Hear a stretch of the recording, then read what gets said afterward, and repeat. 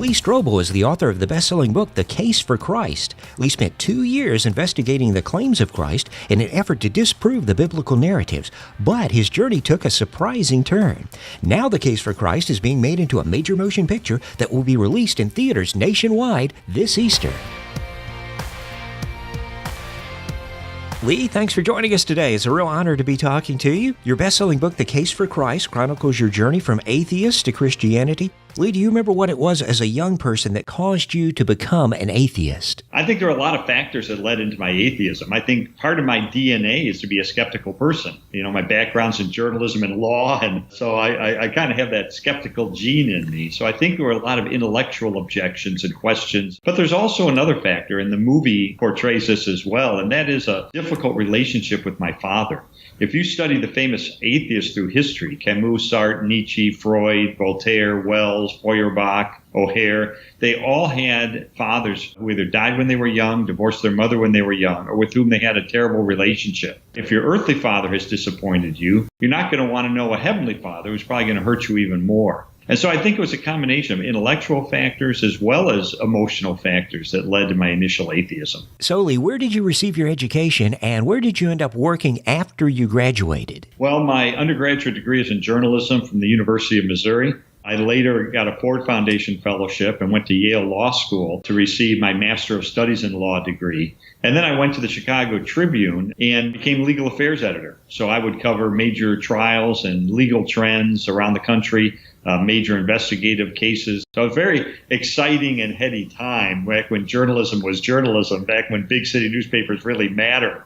It was a very exciting era of my life. You had a great job and a great family at this point in your life, Lee. Seemed like everything was going exactly the way you wanted it. So what was it in 1979 that your wife told you that changed your world? Well, my wife came to me one day after several months of investigating Christianity through a friend who had reached out to her and taken her to church several times and announced to me that, Lee, I've made a big decision. I've decided to become a follower of Jesus.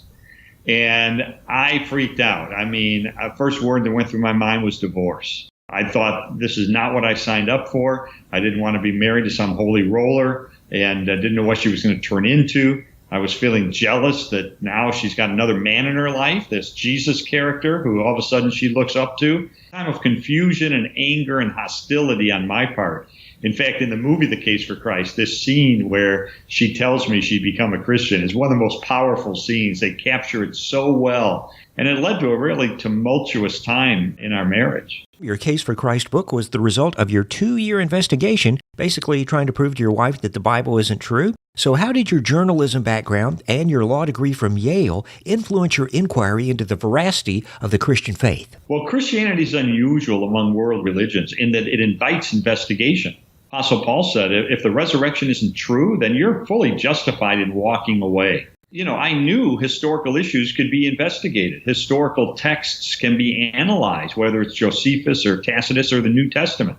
And so I decided to use my journalism and legal training to investigate whether there was any credibility to the resurrection. That was really the linchpin of my investigation. And it was through that I began to see that, to my great surprise, that there is clear and compelling evidence that Jesus not only claimed to be the Son of God, but he backed up that claim by returning from the dead. Now that your best-selling and most popular book is being made into a major motion picture, Lee, what surprised you the most as you saw the movie being translated to the big screen? It was fascinating to see how Brian Bird, the scriptwriter, and John Gunn, the director, took my story and made it not only a compelling personal account of a marriage, of a relationship between a father and a son. It's a love story. It's a story about big city journalism. It's a story about police framing an innocent man, which is a case that I exposed as a journalist. And it's a story of a spiritual investigation. And I think the thing that surprised me the most is people might think, well, you know, I've seen the book, The Case for Christ. This must be like a documentary, right? No, this is a motion picture that has incredible actresses and actors in it. We've got Academy Award winners, Golden Globe winners, Tony Award winners, Academy Award nominees who do a tremendous job of bringing this story alive. It's a very personal story. You know, I watch it, I laugh, I cry, and mainly because seeing my story portrayed in this film is just a personally moving experience. And I think a lot of people will feel that way having seen it. Lee, who would you say is the typical audience member you envision as most interested in The Case for Christ, the movie, as opposed to the book? I think the audience for the film is going to be mixed. I think there are a lot of Christians who will come. They will emerge motivated, inspired, ever more in love with Jesus, ever more in love with his power to change lives, understanding perhaps a little more on why they believe what they believe. Christians are going to walk out and they're going to say, oh my goodness, I can think of half a dozen people, friends of mine, family members who need to see this movie. People who are spiritually confused, people who are spiritually curious, and they're going to get them on the phone and say, hey, why don't you come? I'll watch it again. Come with me. Let's see it again.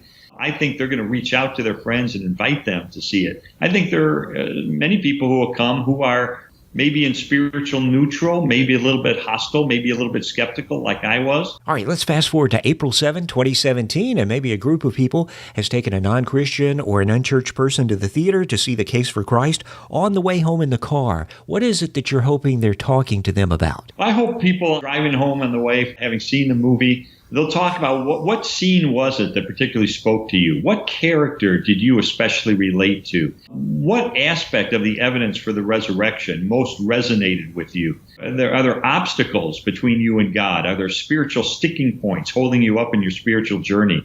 Let's talk about those and see if there might be a way to get some answers to the legitimate and honest questions that people have. This is almost the golden age of Christian film. There's so many great Christian films coming out of the theaters right now, and I read a study the other day that said that 35% of the people who go to these faith films are unchurched, so we're not just preaching to the choir. Lee, what would you say is the best way for a Christian to help promote the film? Yeah, I think the best way Christians can support Christian films, and by the way, I agree with you, they're getting better and better and better.